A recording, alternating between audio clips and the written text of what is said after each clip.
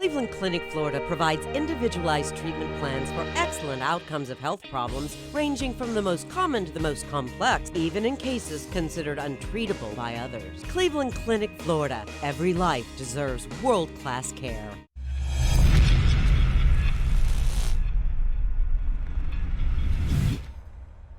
It's the After the Show podcast, precious. We don't care, we're about to swear on the air. It's the After the Show, so tune in if you dare. KVJ, get your skate every single day. It's uncensored. We can say what we want to say. Well, hello, welcome to Monday. It's Kevin the Bird, Virginia, in New Orleans, for her Mardi Gras trip that she does every year. I was going to try to trick people and act like Virginia. Hey, what's up, Kev? Oh, See how long I could go, but Yeah. you outed me. I know, I ruined all the fun. Do you think Mama's already getting it going right now? We talked to her, 9 o'clock our time? No, I would imagine, I've never been with her on a Mardi Gras trip, but I would imagine she probably kind of gets all the kids, you know, she's got Magnolia, she's got Rocco. I imagine she probably gets them up, going, cleaned, fed, and, you know, then when they head out there, and they'll probably be out there, probably like noon or 1, and then, then she'll be cracking by then. I keep forgetting she's got her kids with her. Yeah. So they go out, but, you know, Magnolia, I'm sure, probably does a lot of the watching of Rocco. And see, I'm a betting man. I would say Virginia's already cracked her first beer already. You think so right now? I think right this second, she's at least she's either sipping on something. Mama ain't dry right now. Yeah, she might start maybe with a little mimosa or like a morning kind of little champagne kind of thing. Just to get it wet. Yeah. It's just amazing. I mean, how them people from New Orleans. They're a different animal. Well, you know, Fat Tuesday's tomorrow. That's when you really blow it out. And then Virginia, I guess, leaves. She'll drive back on Wednesday. She'll be back with us on Thursday. But they were going last week. Like, they were running people over floats last week, and then they did it all this weekend, hit somebody else again, and then they went like Friday, Saturday. So you go probably, I think they're partying Thursday, Friday, Saturday, Sunday, Monday, Tuesday. You go 6 straight days. Hard. Yeah. That's unreal. So Fat Tuesday is the ending of the whole thing. That's it. The finale. point is that Lent, that's when you get into the season leading up to Easter. And so that's when you're really supposed to get serious and you give something up for Lent. And so Fat Tuesday was the day before you go on your fast or whatever you might be doing to get your mind right with God. My mom and Ann were big into Lent. They were, huh? They were big into Lent, and they wouldn't break. Okay. What would they give up? Donuts. Okay, or whatever fatty food they were eating. I mean, they loved to eat. Yeah. That was their passion. Is it, yeah. I mean, you get why I am the way that I am. Yeah. And they would give up something they truly love for Lent, like a donut or a sweet. I think Anne gave up seafood one year. Okay. Yeah, she loves seafood. Okay. So that's kind of what the concept is. It's mainly a Catholic thing. Yes. You know, I'm from the Protestant realm, so we didn't really get too hung up on that, but that's what the Catholics do, those French Catholics. Yeah, because my mom was Catholic and my dad was Baptist, or my dad's Baptist, and I don't ever remember going into Catholic church. My dad would take me to Baptist. I think I went one time to Catholic church. I think you get, and I don't know, I can't speak for the Catholics, but I know like at the Baptists, you get a pretty good guilt trip. Like you need to show up pretty regularly. And it seems like with Virginia, she's the Catholic I know the best. And I know, she'll maybe get there on Easter and maybe Christmas. No, there comes some guilt with being a Catholic too. There does. Oh yeah. About attending like every Sunday. I think there's guilt with every religion. Yeah, I mean about attendance. I don't mean, There's plenty of guilt, but I don't know if there is. I see what do you you're have saying. to be there every single week? And I don't know. Maybe you do. Maybe Catholics are as big on that. I can speak from the Baptist. That's my background. Yeah, they're very much like you don't miss. And your family, if you were to miss a Sunday growing up, there'd be talk? I wouldn't miss a Sunday. I couldn't. If I spent the night with a friend, I still had to go to church. Like they would pick me up in the morning, and I had to be ready. And if I was not up and ready, then you're not going to do any more sleepovers. So missing church was That was probably the worst thing a Kevin Ralston You didn't could miss. do. You went. You never missed. You did not miss. Wow. No, we did not miss. No, we would, I remember for a while there, I don't know if we always did, but we had Wednesday night church. So you had Wednesday night, you had Sunday. And you typically go pretty steady now, don't you? Yeah, we pretty much are there every single Sunday. Yeah, I mean, we may have something that comes up, but it's very rare that we miss. We try not to. They serve snacks at your church? Yeah. Mm-hmm. For free? Yeah. Okay. Yeah. I wasn't sure if that was still a church thing. Yeah.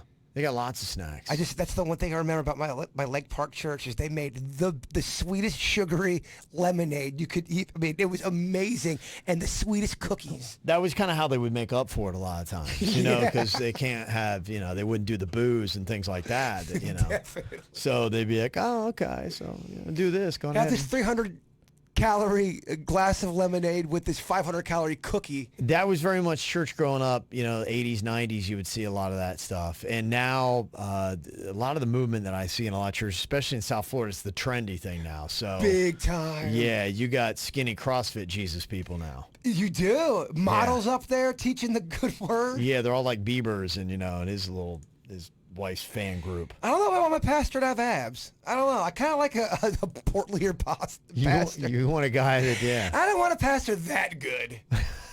You don't want a guy that looks like he's got it all together. Shit, no. Yeah. That's why if you go to therapy, I like the idea of your therapist having gone through the fire a little bit, having some shit they went through. Because, I mean, I think... A lot of them have. I do like that. A lot of them are a lot more open about...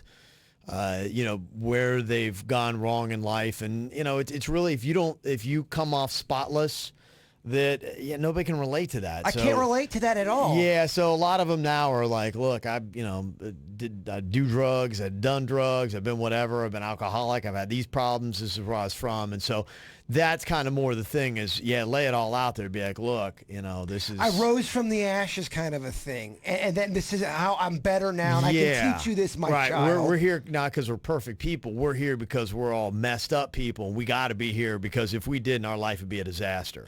Do you remember me telling you about that one YouTube channel called School of Life? I told you to check it out. It's about kind of like therapy and just the human... Just why we are the way we are. It talks about why people have negative thoughts or why people are in toxic relationships. And they do it in like a 4 to 5 minute bite-sized video. Yeah. So it's not a lot to consume. Okay. Yeah. It's very, very cool. And what you're talking about reminds me a lot of that. I think everybody's kind of got their demon. That's just it. Meaning that a lot of people on the outside can look in and be like, going, why can't you just keep that out of your life, whether it be a bad boyfriend or a drug or alcohol or food or whatever it might be. Just be like, how do you not see that's not wrecking your life or that's not good for you? I'd be like, some people, you just got to have it. It's just a crutch. You can't get away from it. And the premise of that whole thing is like you were saying, we're all just fucking weird. And once you accept that you're weird, that's it. You don't have it together, dude. Nobody does. No, we've all got our own little thing. That's part of being human. You're made human. You got flaws. You're messed up. Big time. And just because you have it together maybe in your career doesn't mean you have it together spiritually or with your family or any of that stuff. And you may be good at putting forth the presentation that you do have it together. Sure. And there's a lot of those people that if you hang out in the church that they've tried to do that to make it look like they've got everything and all they got is just a paper wall out front. And you get behind the door, you're like, oh my gosh, they're really messed up. And then when it falls apart in a big way. I mean, to me, it's kind of a freeing feeling just to accept that, yeah, we're all a little fucked up. We all are. That's why I tell everybody belongs in, in some sort of church or some way to kind of get yourself onto a path, a foundation, a moral grounding, whatever it might be. Everybody needs that because, we all, every human out there has got a little bit of good and bad, probably more bad than good. You say that a lot, and I hear a lot of people not say that, and I agree with you. People are afraid to admit that they have somewhat of an evil side. When I say evil, just a side that you don't want the world to see, good and bad. Everyone owns that, I feel. Oh yeah, but a lot of people don't want to admit that. Yeah, no, that's the conditioning. There's a lot of stories that go throughout mankind, and that is always the battle. Is that you take somebody in the middle and you're going, I can easily turn that person that looks like they got it all together, and I can ruin their life, and the next thing you know, they'll be a serial killer. I can whatever, and that's almost like the game between God and the devil. Everyone can turn into a Sith Lord. Yeah, if you give me a chance. Let me throw a couple curveballs at this cat.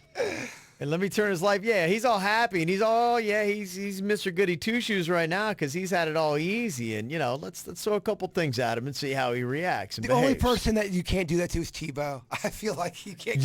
You can't get through. Tebow is my only one left. He's the only human I got left that I think might be unshakable. If Tebow loses it, then I'm like, that's it. That is what I always said. He's my last one. If anything ever came out about Derek Jeter, and I'm not a Yankees fan, but I respect Derek Jeter so much and really love the way he played baseball. If it came out that he cheated in any way, that's what I'm like, you know what? Nothing's real. Nothing's real. Fuck this. Don't trust any of these guys. Exactly. Yeah. They're all a-holes. Yeah. I got a bunch of emails here today. Get to one from, he said, hey, catching up on past podcasts, I'm thinking to myself, how many nicknames or alter egos does each member of the KVJ show have? How many would you guys be able to name? Sounds fun. I think we did this not too long ago. He listens on the radio on his way to school, in my spare time with Spotify. You got a bunch. Yeah, I do. Diet Pansy, Beady Eyes, what else we got? Beady Eyes, you've got the Bronc. Yeah, the Bronc. What else? I'm blanking over here. Virginia's got Vicious V, the Witch. Do we have a fart one for her? Raging the Cajun Man. Yeah, we don't have a fart one for her, although we probably should. Yeah. Denny's, Peace Train, Suits, the Kid, the Prodigy. Yeah. And then all my alter egos. Yeah, you've got a gazillion. Yeah, but I give them to myself. Isn't that lame? You're not supposed to give yourself nicknames. Yeah, you do. Hulk Hogan. Hulk Hogan. Yeah. We haven't seen Gibby Darlington. Only tales of Gibby. Wasn't he killed, though, with the nut shot? No, he was not killed. He was just injured. Oh, okay. I thought he was killed. I thought you had a couple that were dead. You killed Hulk Hogan, but he came back in zombie form. Yeah, okay. Yeah, he's still around. By the way, I don't know if you'd be interested in keeping that act up, but I just saw that they've opened up a SmackDown school in Dania Beach. Oh, I love it. Yeah. Oh, I want to go there so bad. Just to kind of see what it's like, if they'd humor me, what it would be like to go through a day of training. You should try it out. Yeah, do a video on that. That'd be interesting. Now, do I go in as Hulk Hogan and not break character? Oh, I think so. And see how they react. That'd be great. Yeah, when I did the Hulk Hogan thing with the minor league thing locally here wrestling, the wrestlers did not like that persona. Right, yeah. They fucking really wanted to hurt me. Yeah, they teach you how to wrestle WWE style. You come here, you can be the oddest oddball to the rest of the world. They may think, but you come here and you're okay. Everybody fits in, they say. That'd probably be my only other dream job than radio, would to be a wrestler. I mean, a bad guy wrestler. Unfortunately, you're back. I just don't know. Well, that's the good thing about being a bad guy. Being a bad guy in wrestling, you don't even have to wrestle that much. You could just be on the mic and cheat, hit people with chairs and shit. Right. That would be so. That would be your thing. Yeah, there are guys that. Oh, yeah. That's my favorite part of wrestling is the bad guys that talk shit and that cheat. They're so funny. Yeah. So it's there. That's something maybe to check out. They're doing it, and they're training people how to do that, how to body slam, pick up, take punches, throw punches, all that kind of stuff that they do. The SmackDown School is by David Gangrel Heath is running it. Wow, the chat room helping us out greatly with nicknames. You've got Riggy, we didn't say. Yep. Smuggy. We have Cy Dobbins. We've got McMurder, Smug's Bunny. Hamburger Hands, Hand Pie Pennington, Texarado Longhand. Titty McPants. Titty McPants. That's a new one. Smugs Bunny, yeah. McMurder. Jerby. We forgot. Yeah, Jerby, yeah. Suits is now Reek. Reek. Yeah, there is a lot. There's a lot. Yeah. Go figure. All right. Let me see here. Got Sam saying, hey, I think this was from a couple weeks ago, but where does Kevin say has the best buffalo cauliflower? I think he mentioned a couple places. Yeah, I'll try to get on that list. We're trying to, like every Tuesday, give you some food list stuff. I know that we got your best sauces. We got your road trip snacks. I'll try to get on that and put that together. A couple places I'd said, I think what kicked it off was at Drive Shack. I said they had a really good buffalo cauliflower that I love. I was at Sweetwater. I think it was in Boynton Beach. I had a really good buffalo cauliflower. And then a lot of people sent me a ton of suggestions. Maybe it was it Hurricane Wings they said had one, but I'll try to get them all together, try them out, and then I'll rank them out. I thought Yard House had one that's really good. Yard House? Probably, man, yeah. I love Yard House food. Yard House has great stuff. Their Bloody Marys are fantastic. I'll probably put together a best Bloody Mary list, too. I'll work on those. That's a cozy place because they have all of those beers there. They have a good blueberry beer at Yard House, if you like blueberry stuff. Yeah, they do. Yeah, they have a great beer selection. It's one of the best places between food and everything else they got. And I'll tell you what is really mesmerizing, too, is I went out the one in Boca here a couple times, and the Queen and I sit at the bar usually, and they got a TV in the corner, and, you know, they play the classic rock music, but for each song they're playing the video. And I get sucked into that, man. They're showing all these videos from like the 80s. Oh, it's last time I was there, amazing. like David Bowie, Let's Dance, and There are so many shitty videos from the it's 70s, unbelievable. 80s, I can't and 90s. stop watching. I'm just like, holy crap! And if they put an MTV on and legit were doing like original season of MTV, I probably would just put that on and just watch that all day long. I feel like I was that- mesmerized. I feel like they would do well, but what the shit do I know? Old school. Well, you know, it was interesting because I listened. The guy who founded MTV, he now runs iHeartRadio, and his name's Bob Pittman, and he has a podcast. I listen to it every single week, and they were talking about that because, you know, he did MTV for a while and then handed off, and then you had the VH1 and things like that, and it really kind of explained the struggle with it, is because if you had a really good testing song or a video that they put up there, that would do great. And the reason why MTV started to go to 30-minute programming is it's so hard to string together hits, 3-minute hits that maintains an audience. Because especially, too, people are like, oh, I'm tired of that video or I'm tired of that song. The same problems radio deals with, 3 to 4 minute chunks. That was so hard. But if you have a 30-minute show, people, where the ratings really favor you is if people watch for a long period of time. And on MTV, people weren't watching for a long period of time. They watched for 10 minutes, then flipped to another channel because they hated the song that came on or the video, and then they just get caught up in something else and wouldn't come back. I remember when VH1 was going through that awesome run full of, they would do videos, but then like on Sunday night they would have the Bret Michaels show and Right. all of that really bad. What was that? The Surreal Life. They Yeah, had such they had good to get rid of that. programming. And then- why would they change all that? Well, I mean, they change it because the ratings aren't, the only time you ever change programming typically, I guess. is if, you know, the ratings are good or you can't afford the programming that you have. Flavor of Love. Remember Flavor of Love? And Yeah, I do. that one girl took a dump on New York. the carpet. Was that New York? No, New York didn't. Oh, I do remember that, yeah. New York was there, but a girl took a dump on, like a legit dump on the carpet. Yeah. On the first episode, and she got called out too. And Yeah. she probably should. Yeah, no, I remember that. They had some great programming going on there. That was big That's stuff. Quality program. And they're always looking for that. You know, and now you look at MTV, my daughter loves that Siesta Key that is on there. She's always on that. So they've got programming still, I think, that that demographic likes. Does she like The Hills? I think that's too old for her. Okay, that's what I'm into. That's the one I watch. that's too old for her. They brought that back. That's a generation before her. I mean, I'm actually too old for The Hills. My ass should not be watching The Hills. Yeah. But it sucked me in. What can I say? Yeah, she watches Siesta Key. The Bachelor is apparently great this season.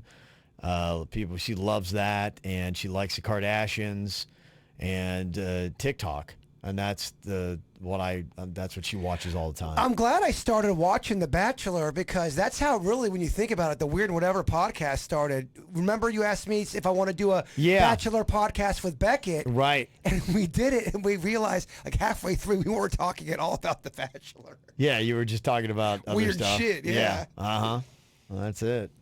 Got an email here from Samantha. This has to do with cruise stuff.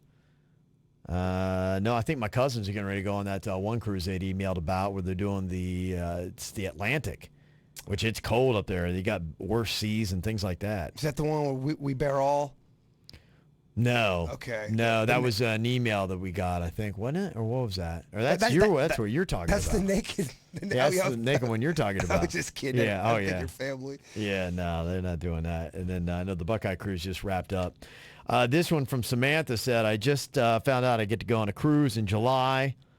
Family member is paying for a room, but my husband and I have to pay for drinks and excursions. Okay. So she's got a cruise in July, family member paying for room, husband and I have to pay for drinks and excursions. It's been a long time since I've been on a cruise, and I've got a tight budget. My question for Suits, is it better to buy the drink package or buy a bottle and make drinks in our room, and any excursions you recommend?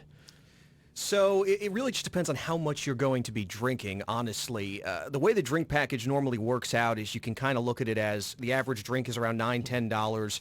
The average plan is around $50 to $60 per day per person. So if you're going to drink 5 or 6 drinks per day, and that doesn't just include alcohol. When you get usually an alcohol package, that'll include like sodas, and it will include coffee and stuff like that, unless it is like Starbucks or something on board, which they do have. But it really just depends on what you're going to drink. You have to kind of make that decision for yourself. If you can buy liquor, if you buy liquor on board, you cannot get it until you get off the ship. That's one thing. So you can buy a bottle of liquor on the ship. They won't give it to you until you disembark. There are certain, it depends on the cruise line. You can go online and look. They allow you to bring certain stuff on board, certain amounts. I would recommend that because anything that you can bring on to save yourself some money is going to come in handy.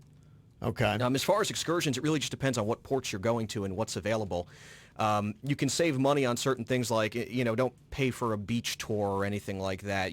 Just go there yourself and spend less, and then just be, aware of the time so you don't miss your ship, and make sure that you know exactly where you are and all that stuff. But there are some really cool excursions. They can just get really pricey. So it depends on what the cruise line offers, where you're stopping. Honestly, it's tough to give you a read on that without knowing the ship and the itinerary. All right. She said that she's taking the Carnival Ecstasy out of Jacksonville to the Bahamas.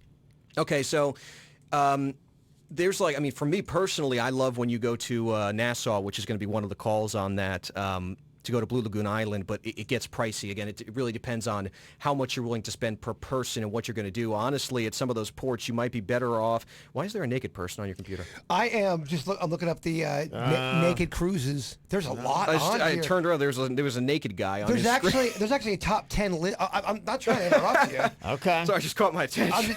But there's a top 10 list of what you should and should not do on a naked cruise. Oh, really? That's actually very interesting. Yeah. Okay. It's crazy. What you should and shouldn't do. Yeah. Yeah, it's kind of like a list of rules and almost kind of like a mental perspective. All right, send that to me. It might be a good show topic there. Okay. I want to be aware of. I kind of want to read the literature on that. Yeah, it's like first-timers. First-time things to do at a nude cruise. Okay. But, if you're trying to save money on excursions, just look kind of at what the map is around the port. They've got a ton of different places that are right by the port you can go to hang out. Look, where beaches are, you can look all that stuff up, what the cost is going to be for a taxi or something, and you might find that you can do some cool stuff without spending a fortune going through the cruise line. The only thing, just always to put out there, make sure you keep an eye on time, because if you're on an excursion from the cruise line, you're good. They won't leave you. Is this coronavirus, is this kind of like wrecking the cruise world right now, or are people canceling like crazy? It's hurting. It is. Yeah, I saw Norwegian Cruise Line's report that they are having a downturn in bookings and they're having an increase in cancellations. It's kind of steadied out. Yeah. Since when it first started with the coronavirus, there are more restrictions. If you're sick, they're going to be much more careful screening you before you get on board. If you've been to China or any place like that, within 14 to 21 days, depending on the line, they will just deny you straight out and not let you on board the ship. They are being really cautious. The good thing is, at least over in the Caribbean, you don't see as much of that. Like all these stories we're hearing for the most part have been in Japan, have been in China and that area. Yeah. Okay. I sent you that link. Just to warn you, there might be some titties and buttholes that come up. So just a little FYI. T&Bs? Little T. Sounds like you got some exciting reading, Kev. Okay. You might want to read it first, though. Okay, little T's and B's. Okay. I'm not sure if it's the greatest content. Yeah. Yeah, this coronavirus, getting some stuff. People are sending me on this. I mean, I'm looking at it. It says, since it started in December, it's killed 2,619 people, sickened at least 79,000 worldwide.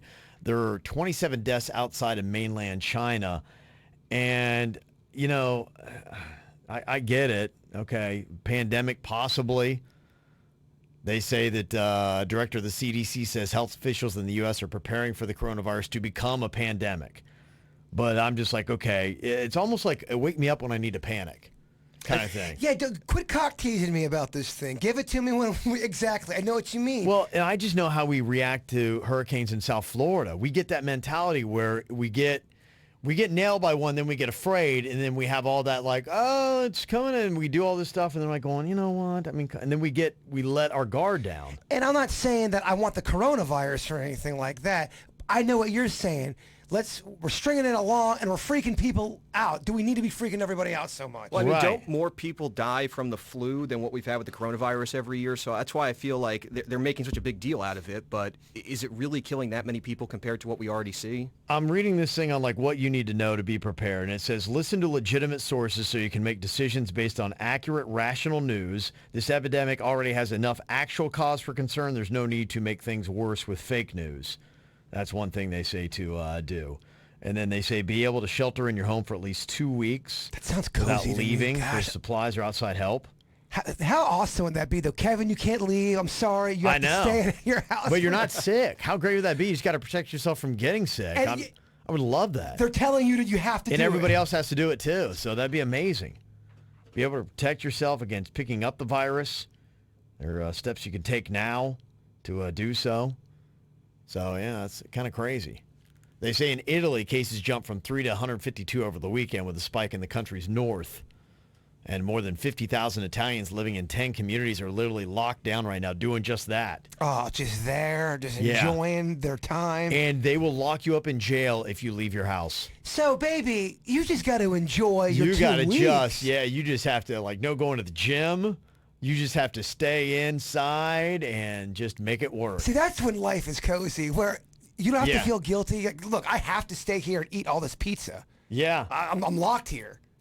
2 weeks. They say what you should do to protect yourself against the coronavirus: hand sanitizer, respirators, gloves. They got a hazmat suit on this, plastic sheeting and tape to seal air access points to your home, especially if you're in a shared building, bleach or other household cleaners that will kill virus on doorknobs, eye protection. Well, now I'm getting a little worried about our boy Peace Train.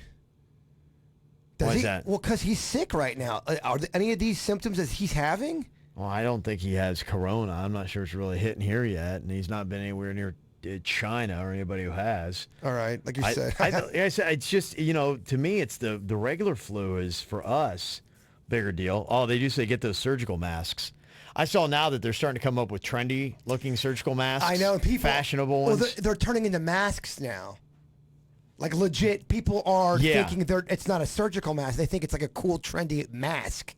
Yeah. Because they're designing them like that. Right, they're designed like that so you can wear them with outfits so you can like knock down disease. But then some people are freaking out because, there's that one woman that walked into a bank and got into trouble. Well, shit, didn't she draw like teeth on it or something? Yeah, I think she had teeth on it. Yeah. And then other people are getting in trouble because they're wearing these things.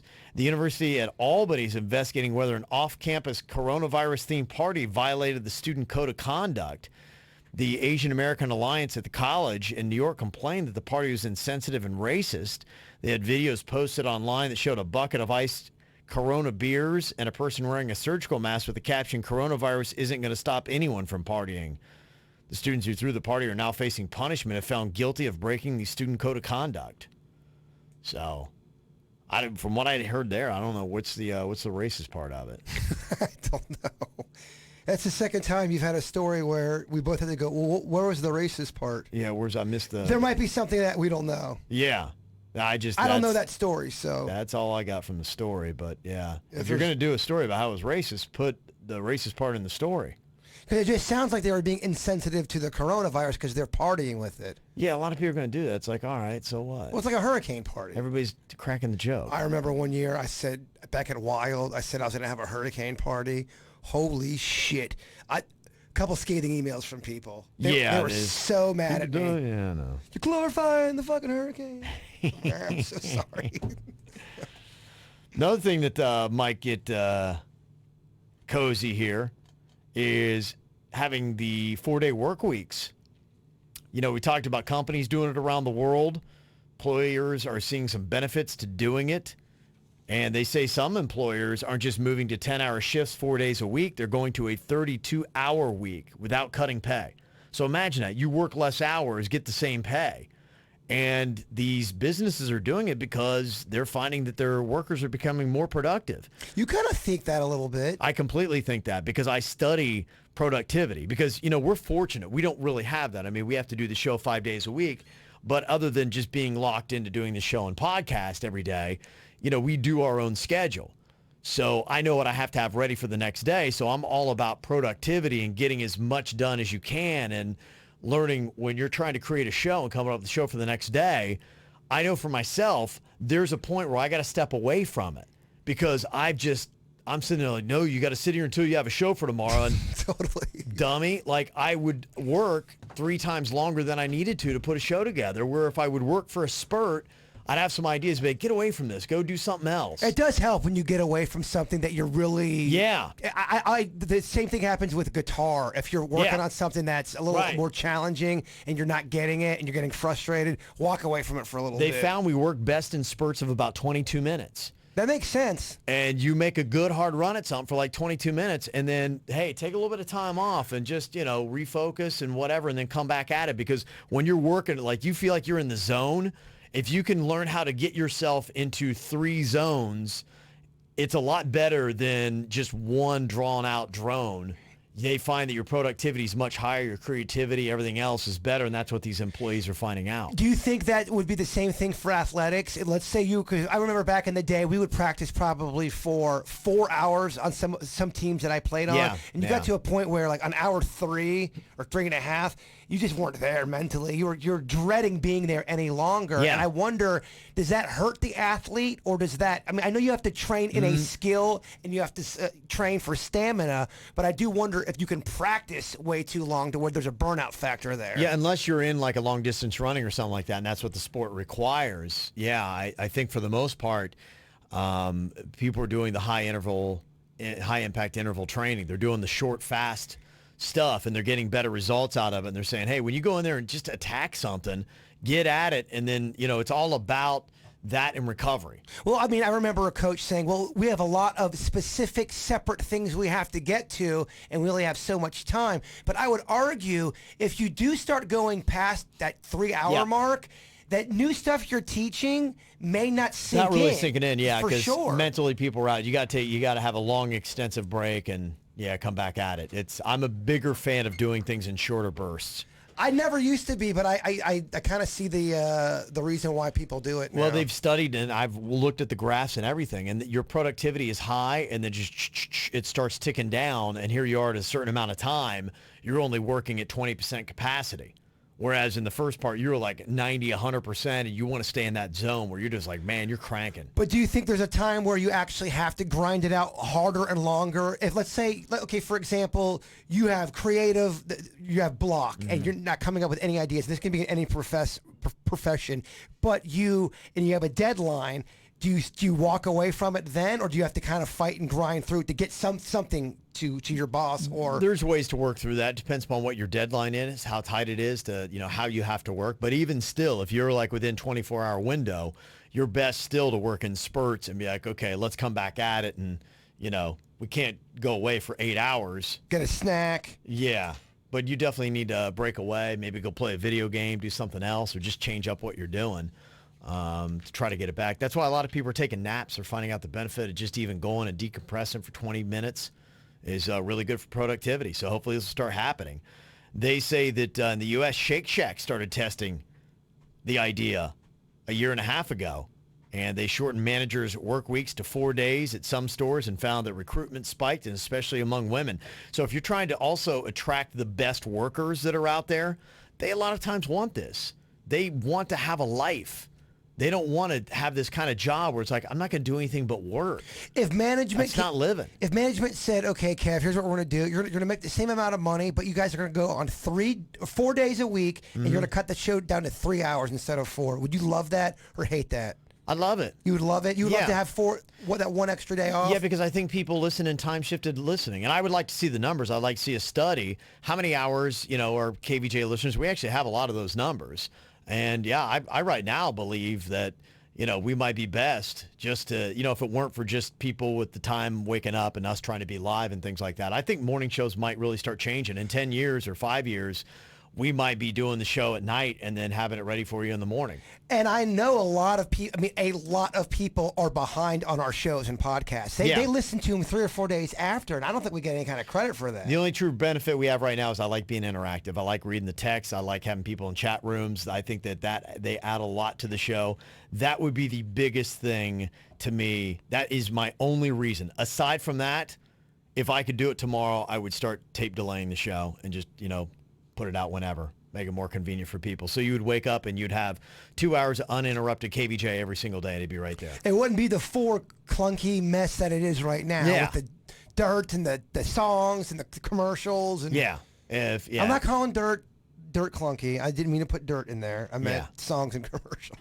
Yeah, but that's what seems to be the best for people. It seems to be what people like. So we just have to figure out what the length is. And right now, a lot of people, we go 2 hours and 40 minutes, and we know 76% of our audience listens to the entire 2 hours and 40 minutes every day. Oh, that's pretty good. That is good. That's really a really good. solid number. That's a solid number. That is a solid number. So that we do know. So we have a lot of stats on things like that. And I'm always looking at them to say, because to me, it's about creating the best product we can, the best way for our audience, how they want it. What time do you want it? How do you want it delivered? What does the KVJ show need to be for you? And so I'm always trying to figure out what that best plan is for us. So that's it. Yeah, people want to know what would happen to the dirt. I wasn't attacking the dirt. I put that in the commercials and saw. Only reason why I did that is because Denny's cuts it out of the podcast. Yeah. So when he uploads the podcast daily, he usually takes out the dirt. That's why. I'm not fucking ripping on the dirt. Somebody asked here, Kev, I'm here on a Wednesday show. You're talking about the gas station. And since you're a germaphobe like me, do you think about how many people touch the gas handle and how many germs they have or nasty stuff they do before pumping gas? Let me know how you feel. Yeah, I'm aware of it. I'm trying to get to the point because I was getting to a germaphobe in an unhealthy way. But I still maintain an awareness, and there's a couple places now because I do like hearing about this stuff because I'm aware of it. I do think you need some germs in you. It was when I was trying to avoid all germs and I kept getting sick that I'm like, well, screw it. What am I doing this for? So, what I like to do is I like to be aware. I realize there's a lot of germs on gym equipment. I realize there's lots of germs even on my smartphone. There's lots of germs on your keyboards that you're touching, touch screens, things like that, where there's going to be a lot of people. I even read today another one about pens, that if you use a pen, somebody gives you a pen, pens are found to have more than 46,000 times more germs than the average toilet seat. Well, think about it, too. Some people put the pen in their mouth. Yeah. They'll put it in their hair. Yeah. They're scratching their beard with it. You never know. Put up their ass. Who knows what people are doing with it? Yeah, and then you're just not thinking about it. And you're just like, I just thought the other day, somebody handed me a pen. Here, I have a pen. You're like, oh, okay, yeah. You go to a bank, you go wherever, you write a check. Your keyboard over there, even from this distance, looks disgusting with dust. I can see it from behind. Yeah. Do you think if I lick that thing for 30 seconds nonstop, I mean, really? You'd be getting a lot of germs. Do you think I get sick? Do you think 100% chance I get sick? There's so many factors in that. Where's your immune system right now? How run down are you? Things like that. But you're going to be getting... so that's not a death sentence. That's not a It'd be interesting throat. how that tested right now. That'd be fascinating to have somebody come in here and be like, okay, what are the germiest places and what kind of stuff are you finding? There's no way that thing's not... There's definitely fecal matter on that. There's no doubt. There has... Well, other people use it. Yeah, absolutely. So to me, I've learned 1 out of 4 people do not wash their hands and they have poop particles on there. What you have to do is I try to wash my hands frequently, and then whenever I go to a place like a gas station or I've done one of these kind of things, then I try to make sure don't put your up your nose and your eyes, any orifice in your mouth, things like that, and go someplace and wash your hands as quickly as you can. It blows my mind that people they're still making food without gloves. There's a guy. Yeah. He works at a sub place, and he has the grossest, longest, dirtiest fingernails, and he's making subs, and without, even if you have the gloves on, it would be gnarly because you're looking at how gross the nails are, and you're thinking, well, he's got to be touching the cheese with that. Right, yeah. There's a lot of gross stuff in food service. And if you're really hungry... You'll have like the first 5 bites because you're hungry, and then on that 6th bite, you're starting to get a little full, and you start thinking about his nails. You're like, I don't know if I can power through this, man. Yeah. I'm getting full. I'm getting grossed out now. Yeah, I know. Shit. Yeah, on the 4-day work week, there's some really good success stories. Microsoft's 4-day work week trial in Japan led to a 40% improvement in productivity measured as sales per employee. So that's a pretty good stat. And so they say that's improving. And they also say that they're trying it in schools. A lot of schools are doing this, a 4-day school week. They say it's to save money, help with teacher recruitment because they want to get better minds in there. And a lot of young people today are like going, I want to have a life. I want to make enough money so I can enjoy a few things. But, to me, everybody used to have that goal. I want to be a millionaire. Now people, I don't think, feel that way. People are just like, I would want to have enough money to be able to do a few fun things, and I want to have time to be able to do it. So they're kind of like doing this a little bit more. And now Monday seems to be the popular day to have off.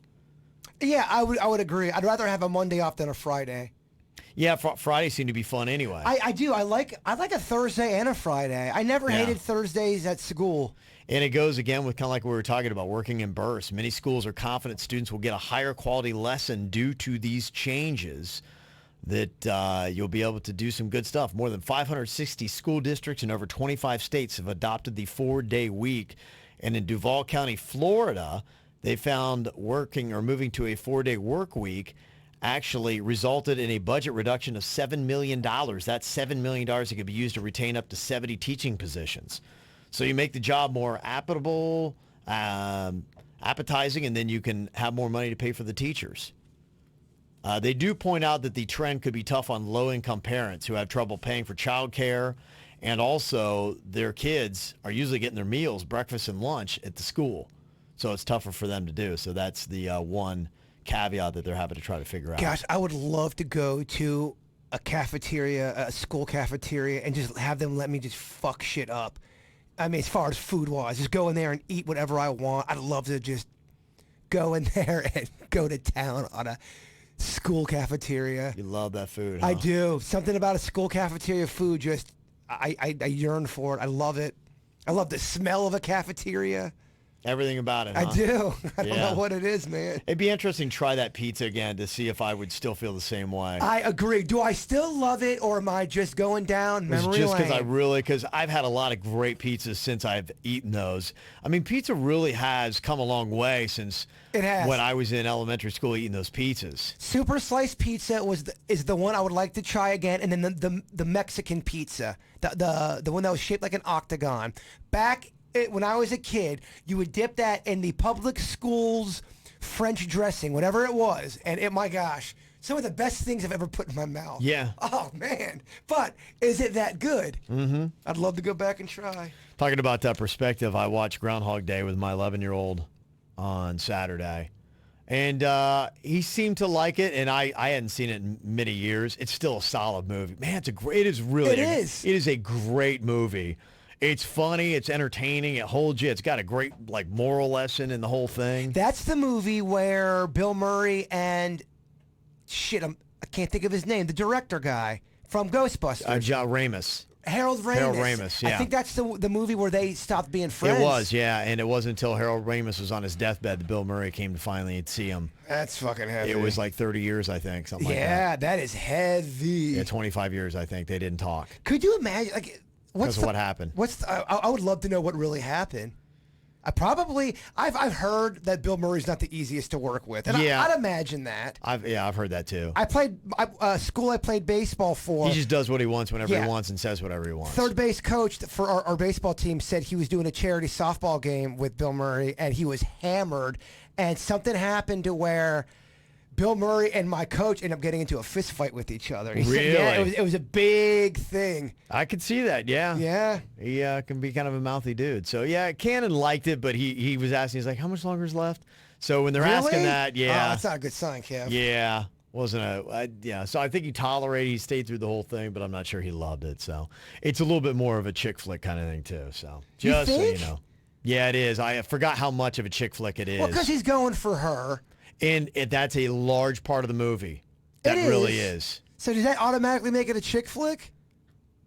When you're talking to an 11-year-old boy, yeah. Okay. Because really the half of the movie, a good half of it, maybe 3/4 of it, is his design to try to what he wouldn't do for her. And so when that's it, yeah. then it becomes a little bit of a chick flick. So just so you know, if you got an 11-year-old younger kid, you want to show them Groundhog Day, just passed. That was a good time to watch it. I might have been wrong again as a parent. All right, thank y'all for locking in today. Back with it tomorrow. Got anything you want to add to us? Mail at kvjshow.com. Bud Chicken and Seafood sponsoring this podcast today, Kevin. Oh, they are. So they're back this week? They're back this week, yes. Okay. Yes. All right. Thank you to Bud's Chicken and Seafood for sponsoring the KVJ After the Show podcast. Go check them out. They've got 7 locations.